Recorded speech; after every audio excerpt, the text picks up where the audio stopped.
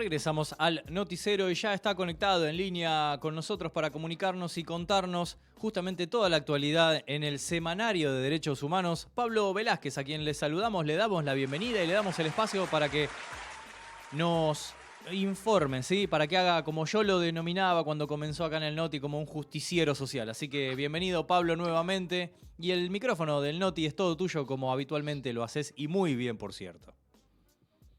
Muchas gracias, Diego. Buen día para vos, para el equipo y para todos los oyentes. Vamos a comenzar entonces, como bien estabas mencionando, con este semanario, este repaso por las noticias más importantes relacionadas con los derechos humanos a nivel nacional.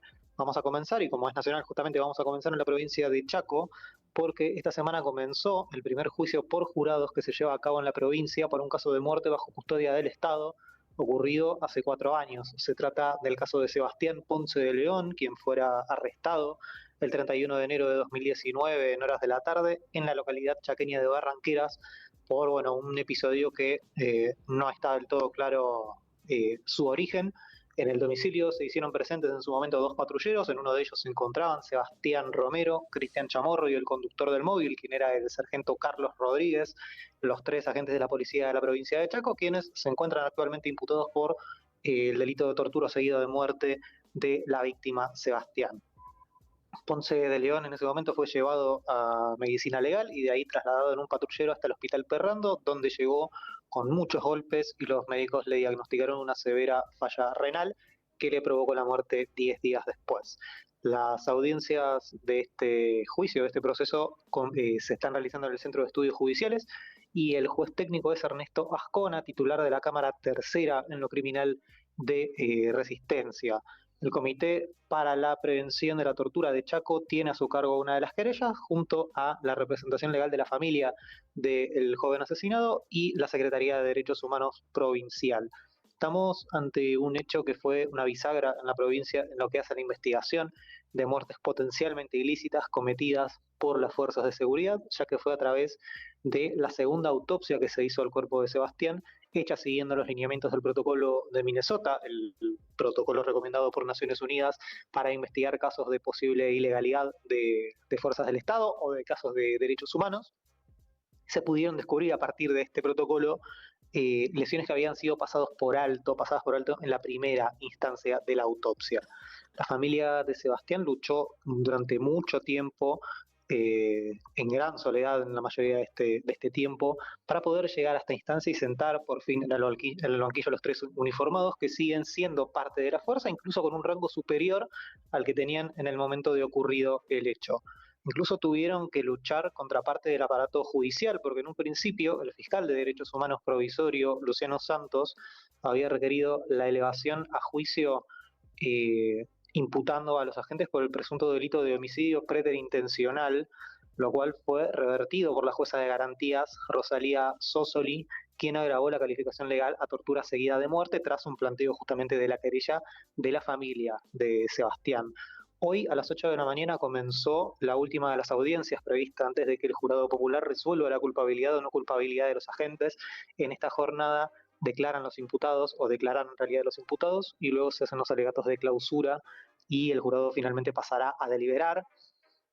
Como decimos en estos casos, los jurados analizan pruebas, testimonios y elementos importantes de la causa, siempre bajo la guía y la mirada del juez técnico que lleva la misma. En los próximos días, o en las próximas horas en realidad, estaremos conociendo la resolución de esta causa, que puede marcar un antes y un después para la investigación de estas causas de violencia policial en la provincia de Chaco. Vamos a dar un salto, vamos a seguir en el norte del país, pero vamos a ir hacia el otro lado, de la provincia de Salta, porque ayer por la tarde se terminó de sellar una, podemos decir, una ofensiva antidemocrática en la legislatura salteña, y esto es porque el Senado de la provincia, luego de que el miércoles haya hecho lo mismo la Cámara de Diputados provincial, aprobó con 11 votos a favor y 10 en contra una ley que regula las protestas y cortes sociales, las protestas y cortes de calle y rutas. Regula, por supuesto, lo vamos a tomar con pinzas, lo vamos a tomar entre comillas, porque básicamente se trata de una ley antipiquetes, podríamos decirlo, porque tiene el objetivo de cercenar el derecho de los trabajadores y sectores populares a manifestarse ante el actual panorama de crisis, que también, por supuesto, tiene su versión en la provincia de Salta. Recordemos que en esta provincia gobierna Gustavo Sáenz, reelecto como gobernador hace poco tiempo, aliado estratégico y el riñón del ministro de Economía, Sergio Massa, la fallida carta de salvación del gobierno de Alberto Fernández. Esta iniciativa es una clara respuesta, podemos decir, a las grandes manifestaciones docentes que se vienen realizando en reclamo por mejores condiciones laborales y salariales. Si bien la cara visible es la cara docente, en realidad es una cuestión que está relacionada con los empleados estatales en la provincia de Salta, pero que tiene mayor visibilidad desde el punto de vista de los trabajadores docentes, de trabajadores de la educación de la provincia. En una de las últimas manifestaciones, justamente el pasado jueves, la semana pasada, la respuesta del gobierno a la protesta había sido la represión, la cual dejó un saldo de 19 personas detenidas y varias otras heridas. Hablamos mucho de Jujuy en esta columna, pero Salta también está experimentando una especie de proyecto regresivo y reaccionario en cuanto a la protección de las libertades básicas fundamentales de un Estado que se dice democrático. Y esto básicamente lo traemos a colación porque hay muchas opciones de derecha, muchas opciones reaccionarias que se están candidateando de alguna forma para las próximas elecciones nacionales, y sin embargo algunas acusan de otras de ser más o menos democráticas o de que una pone más en peligro a la democracia que la otra. Y lo lamentable de todo esto es que Salta y Jujuy tienen gobiernos que adscriben a dos de las fuerzas políticas en pugna de cara a las próximas elecciones, lo cual nos hace pensar o nos puede hacer pensar que con tantas, pero tantas opciones electorales de derecha, esto es una muestra gratis de lo que se vendrá después de octubre a nivel país. Mucha, pero mucha más derecha y cada vez menos derechos, como viene sucediendo en los últimos meses. Vamos a cerrar el repaso con una mención, y es que ayer por la tarde se firmó el acuerdo tan esperado que permite que las comunidades mapuche que fueron violentamente desalojadas por el gobierno nacional en el último mes de octubre puedan volver al territorio de su propiedad ancestral ubicado en Villa Mascardi. El año pasado hablamos de esta situación, fue una represión que fue comandada por el ministro de Seguridad de la Nación, Aníbal Fernández, y un comando unificado de distintas fuerzas que terminó con un saldo de varias personas heridas y otras detenidas. Había mucha tensión en la previa de esta reunión porque justamente ayer, 1 de junio, era el día límite para que se lleve adelante esta mesa de negociación que fue postergada varias veces por la Secretaría de Derechos Humanos. Finalmente, el secretario de esta cartera, Horacio Pietragala Corti, se comprometió a la restitución del espacio ceremonial y a la construcción de 3 casas en el Parque Nacional Nahuel Huapi para la LOF en conflicto con la provincia de Río Negro. Y en paralelo con esto, un dato adicional también, es que de aquella represión hay todavía 4 personas que están detenidas, 4 mujeres que están detenidas con prisión preventiva.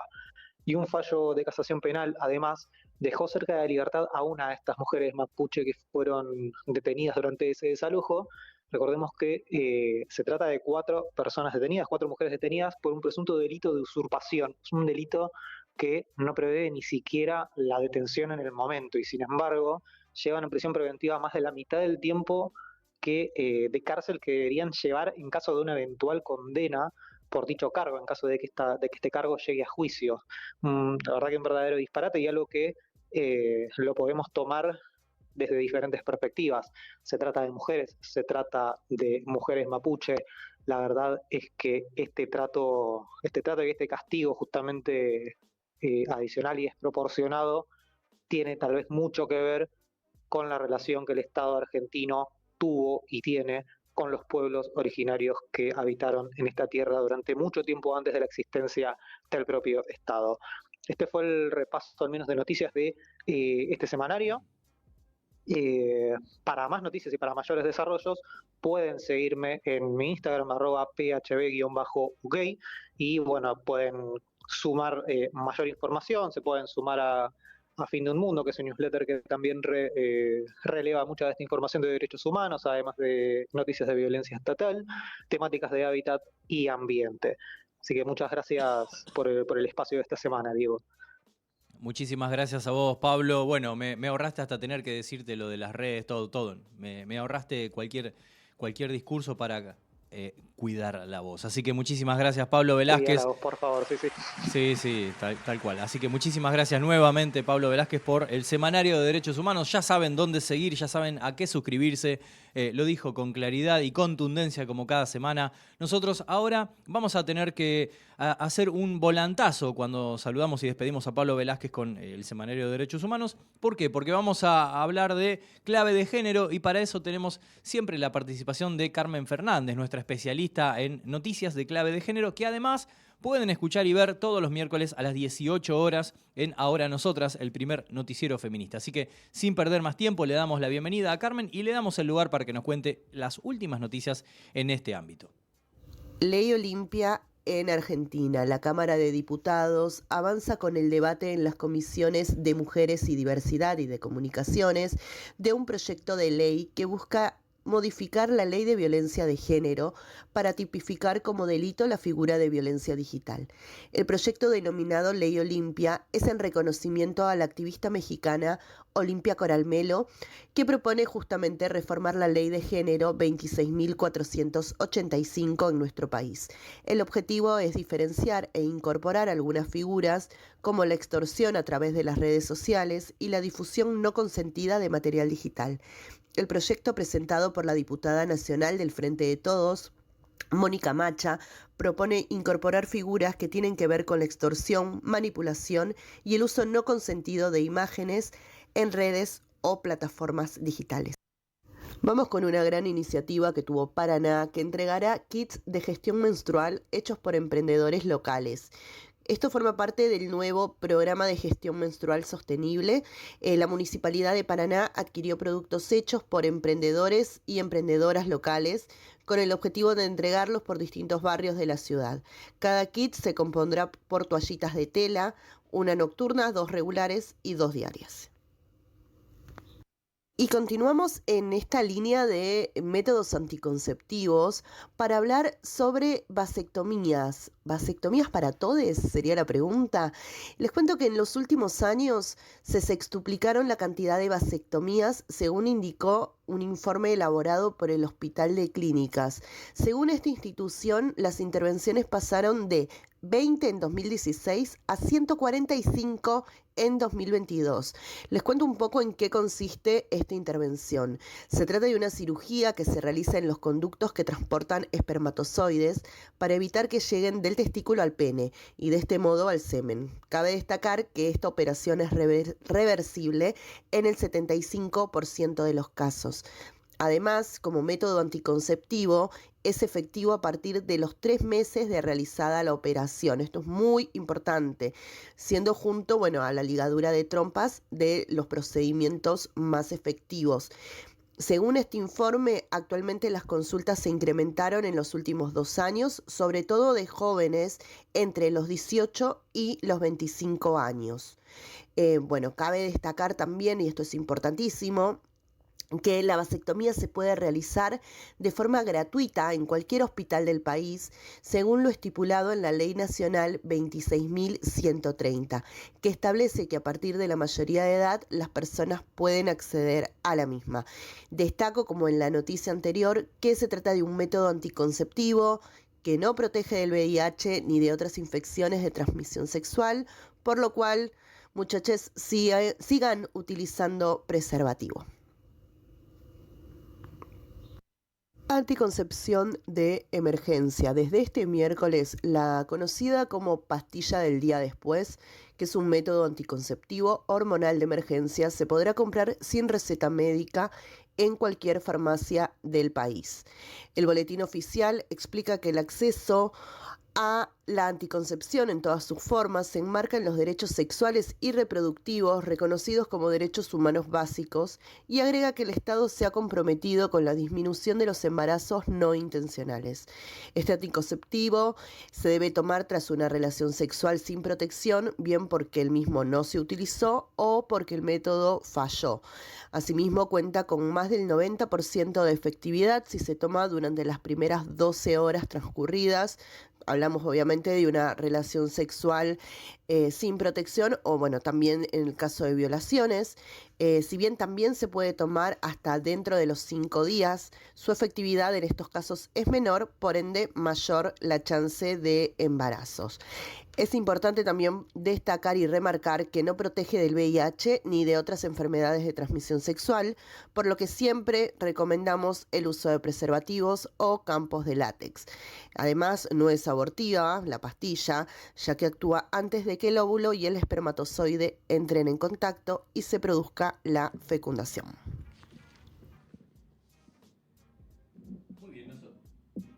Aquí estamos nuevamente, luego de la columna de Carmen Fernández con las noticias en clave de género. Y para finalizar este noticiero tenemos mucho fútbol y para eso tenemos a nuestro especialista, a Mateo Álvarez, aquí en estudio para darle la bienvenida y darle el espacio, porque yo imagino que hay mucho por decir. Hay mucho y poco tiempo, tenemos que meterlo todo. Que entre todo, porque pasó mucho. Sí, pasaron muchas cosas. Primero vamos a hablar sobre la selección argentina sub-20, que como todos sabemos quedó eliminada frente a Nigeria el miércoles porque perdió 2-0 en los octavos de final, en un partido en el cual la selección argentina quizás dominó la pelota, pero sí se vio bastante bloqueada. Nigeria lo anuló bastante bien defensivamente, sobre todo teniendo en cuenta que Nigeria en las categorías juveniles es una selección bastante fuerte a comparación de quizás en las mayores. Sobre todo por el tema físico en el cual los jugadores nigerianos se crían antes físicamente que los nuestros, y entonces eso en el deporte es algo que genera bastante ventaja. Y se vio bastante claro porque Nigeria le planteó a Argentina un partido bastante defensivo en el cual lo anuló, en el cual los dos volantes argentinos, que eran Talongo y Redondo, los dos 5, estaban bloqueados por dos volantes nigerianos. Y a partir de ahí le complicaban a Argentina la salida de la pelota, jugar por abajo, se le complicó bastante a Argentina. Yo creo que ahí lo que tendría que haber hecho el equipo, o tratar de buscarle la vuelta, era que con los volantes ofensivos, que eran Luca Romero y Valentín Carboni, que uno de los dos trate de aprovechar los espacios, que se vaya también cerca de la zona del 5 para empezar a salir jugando desde ahí.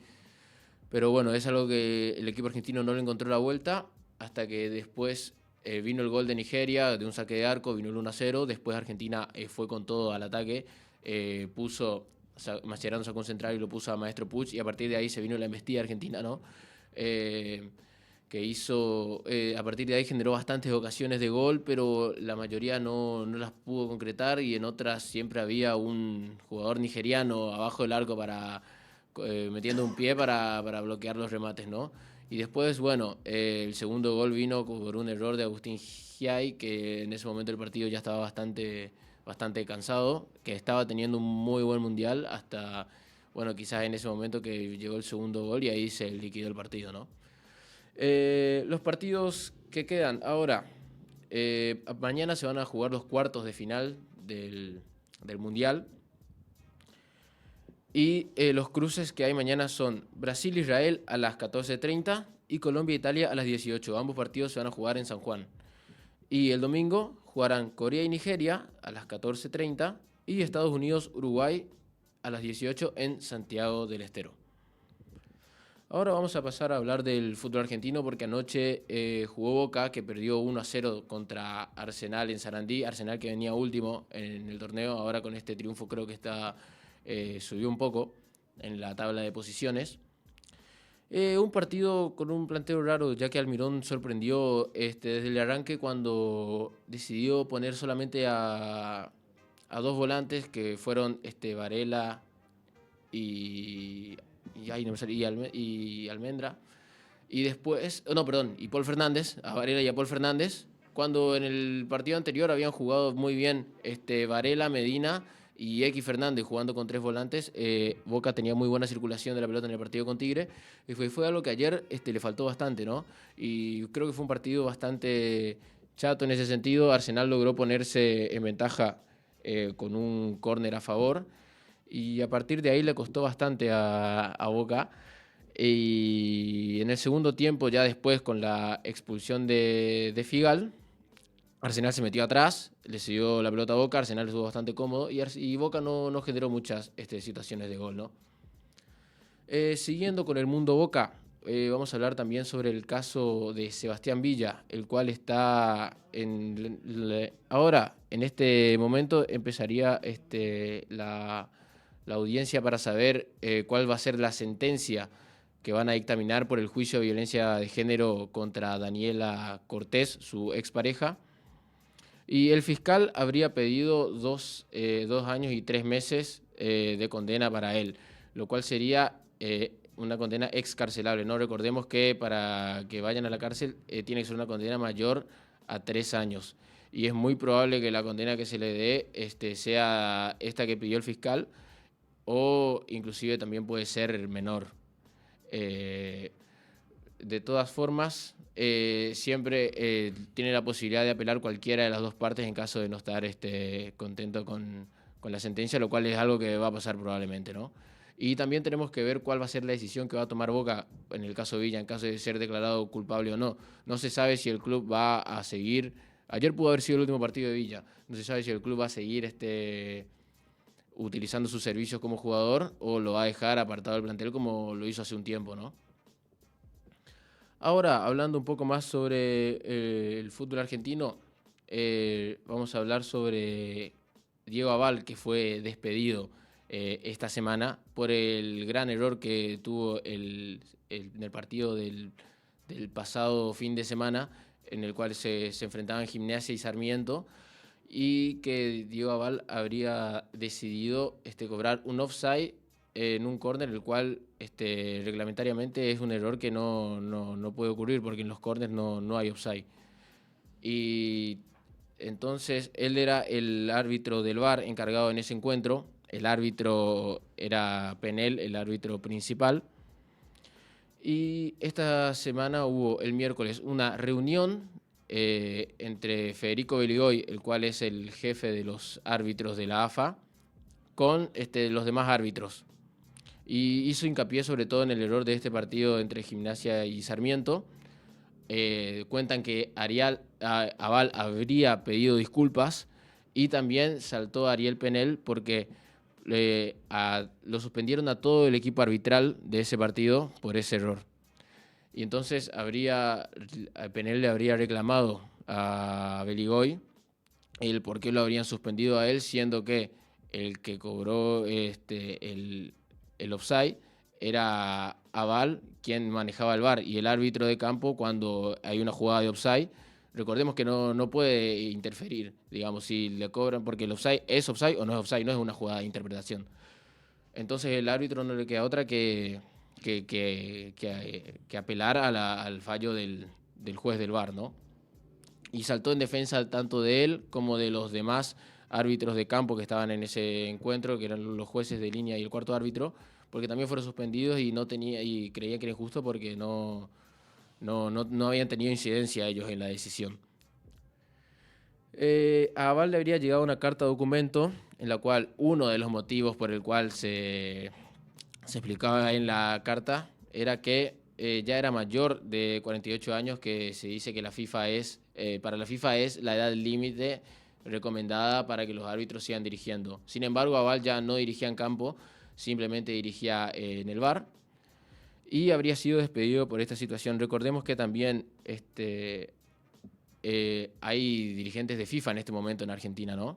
Por el tema del Mundial Sub-20. Entonces esto es algo que a Beligoy le habría, digamos, molestado mucho, que justo se genere este error, porque queda marcado el fútbol argentino, ¿no? Si cuando están, más ahora que están los dirigentes de FIFA, lo tienen más en cuenta. Haría más hincapié en esto último que estás mencionando, porque este mismo error arbitral a Sarmiento mismo lo perjudicó en el partido contra Arsenal. Claro, exactamente. El mismo fallo. Exactamente, pero es algo que quizás en ese momento no generó esta relevancia por el tema de que no estaban los dirigentes de FIFA viéndolos, estando más pendientes del fútbol argentino, ¿no? Y bueno, ahora hay que ver qué va a pasar, qué va a hacer Aval, porque recordemos que él fue despedido por Federico Beligoy, el cual es el jefe de los árbitros de la AFA. Y el jefe de del gremio de árbitros, ¿quién es? También Federico Beligoy. Entonces, ¿quién lo defiende ahí? Porque te despidió él y después tenés que pedirle a él que te defienda contra él mismo. Entonces hay que ver qué es lo que va a hacer, porque Federico Virgoy está cumpliendo dos roles que son incompatibles entre sí, porque no tiene sentido.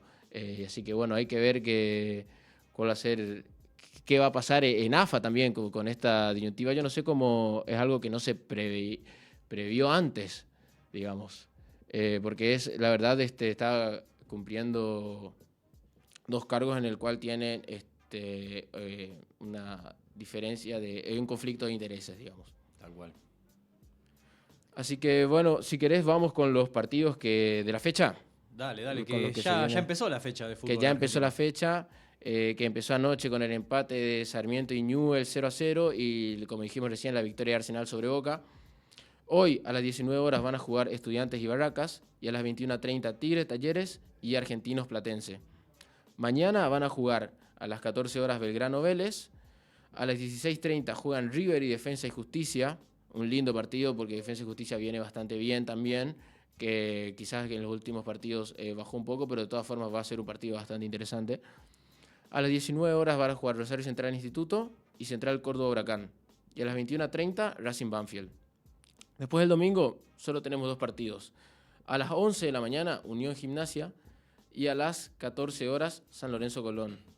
Y después a la noche va a estar a las 21:30 tenés Lanús Atlético Tucumán y Godoy Cruz Independiente. Bien, linda fecha. Sí, linda fecha, bastante cargada, y también para los amantes del fútbol internacional, que no hay mucho fútbol, porque ya están Están la finalizando mayoría todas las temporadas, sí. están finalizando y hay partidos que quizás no tienen mucho sentido para ver. Recomiendo para ver mañana a las 11 de la mañana que juegan el City United la final de la FA Cup. Así que para los que estén en su casa, estén con el tiempo disponible mañana para ver el partido, se los recomiendo bastante. Creo que nunca habían jugado la final de FA Cup, No. el clásico de Manchester. No, creo que nunca. Esta va a ser la primera vez y va a ser un partido bastante interesante, ¿no? Porque son dos equipos que les gusta ser protagonistas. El Manchester United ahora con la llegada de Ten Hag tuvo un cambio de paradigma de los últimos años con Solskjaer o con Mourinho, que eran técnicos quizás más, no digo defensivos, pero sí que jugaban a otra cosa. Y ahora con este técnico que tiene ideas quizás similares a las de Guardiola, porque recordemos que el fútbol del técnico español y el fútbol holandés están conectados, ¿no? Muy bien, sí.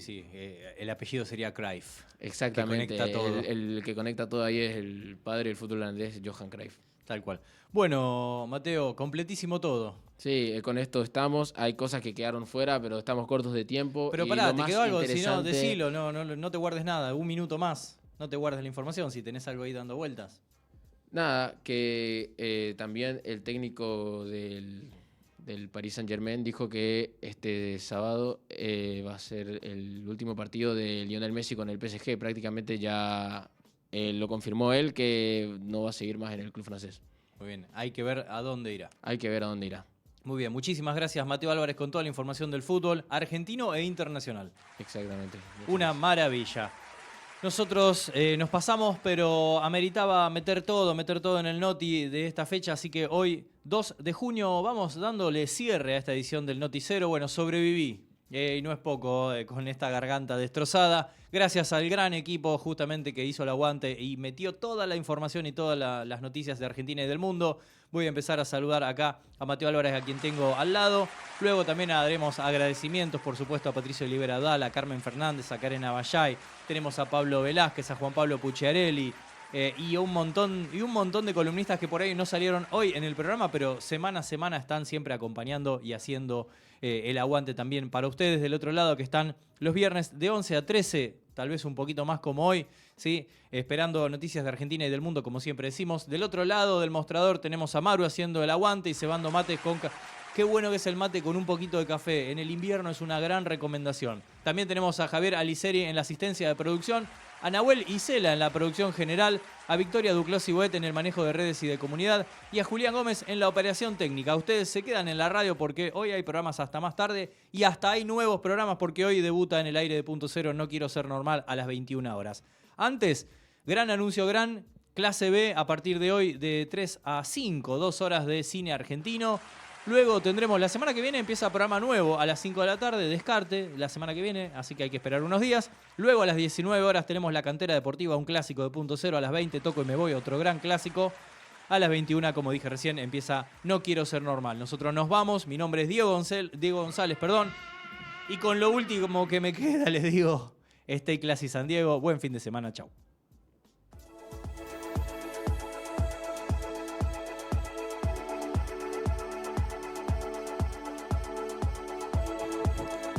Aumenta el transporte.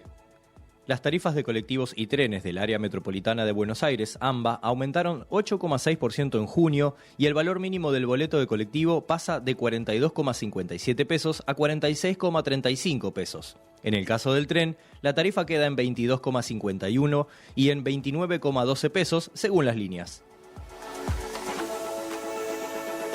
Dólares chinos.